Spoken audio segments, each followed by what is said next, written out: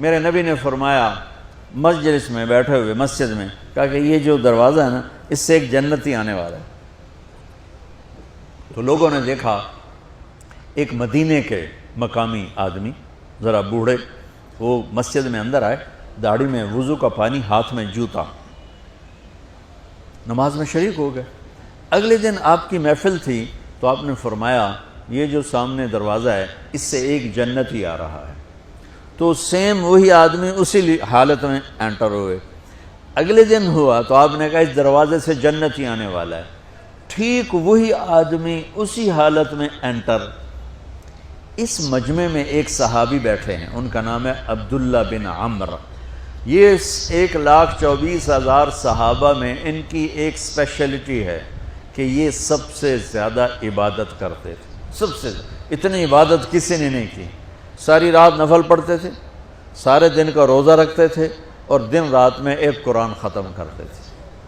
کوئی ہمارے جیسا اول تو کر نہیں سکتا، کرے گا تو چوتھے دن پاگل ہو جائے گا، دماغ خشک ہو جائے گا، اور انہوں نے نبھا کے دکھایا۔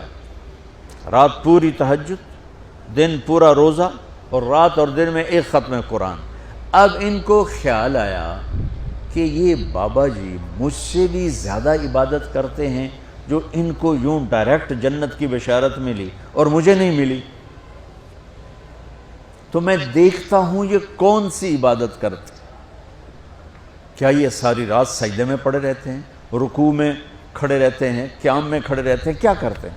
تو ان کے پاس پہنچ گئے، چاچا کوئی تھوڑا والد صاحب کی ناراضگی ہے، دور رہنا چاہتا ہوں، 2-3 دن ٹھہر جاؤں آپ کے پاس؟ ہاں ہاں ہاں بیٹا آ جاؤ آ جاؤ آ جاؤ۔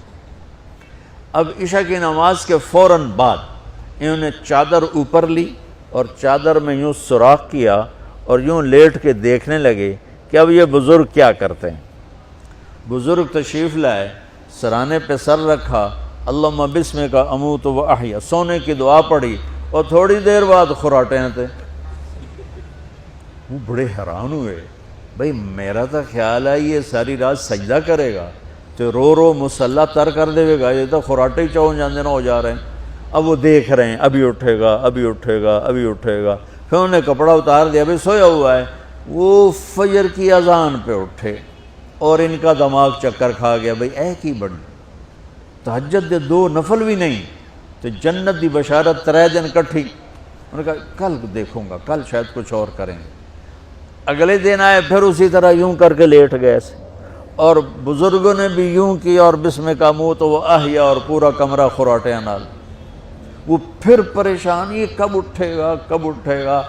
فجر کی اذان پہ اٹھے تو اور ان کی حیرت بڑھ گئی، کہنے والا سچا، اس کے بات کو تو چیلنج ہو نہیں سکتا، وہ محمد مصطفیٰ ہیں، لیکن یہ چکر کیا ہے، یہ جنت مل کیسے رہی ہے؟ چلو ایک رات اور صحیح۔ تیسری رات آئے، یہ یوں لیٹے وہ یوں لیٹے، یہ دیکھتے رہے وہ سوتے رہے، حتیٰ کہ فجر کی اذان پہ آنکھ کھلی تو یہ نا پھٹ پڑے، کہنے لگے چاچا بات بتاؤں؟ کہنے کیا؟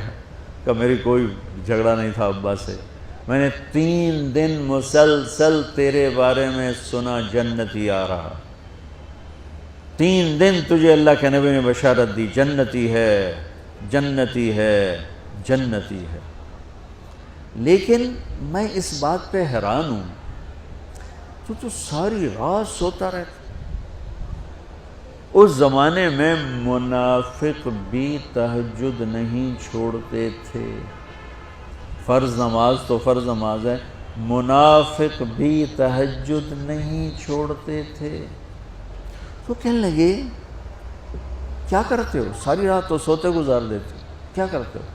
کہنے لگے بھتیجے جو تو نے دیکھا ہے یہی کرتا ہوں۔ اب یہ پریشان ہے کہ اللہ کے نبی کی بات کو تو چیلنج ہو نہیں سکتا، اور جس کو بشارت دی ہے انہوں تے فٹ نظر نہیں آ رہی کہ کیسے 2 نفل آج کہ نیک لوگ تہجد نہیں چھوڑتے۔ تو کہنے لگے اچھا چلو اللہ نے ایسا ہی، اللہ کی مرضی، اللہ کے نبی کی مرضی۔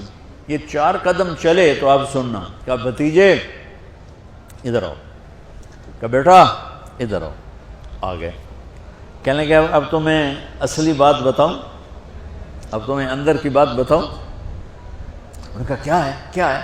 اب وہ تیار ہو گئے کہ یہ کہیں گے میں 3 دن بیمار تھا اس لیے میں اٹھ نہیں سکا، ورنہ میں تو ساری رات سجدے میں گزارتا ہوں، میں تو ساری رات روتے روتے گزارتا ہوں، تو 3 دن میں بیمار تھا، میرے پیٹ میں درد تھا، میرے سر میں درد تھا، تو میں اٹھ نہیں سکا، ورنہ تو دیکھتا تو حیران ہو جاتا میری رات کیسے ہوتی۔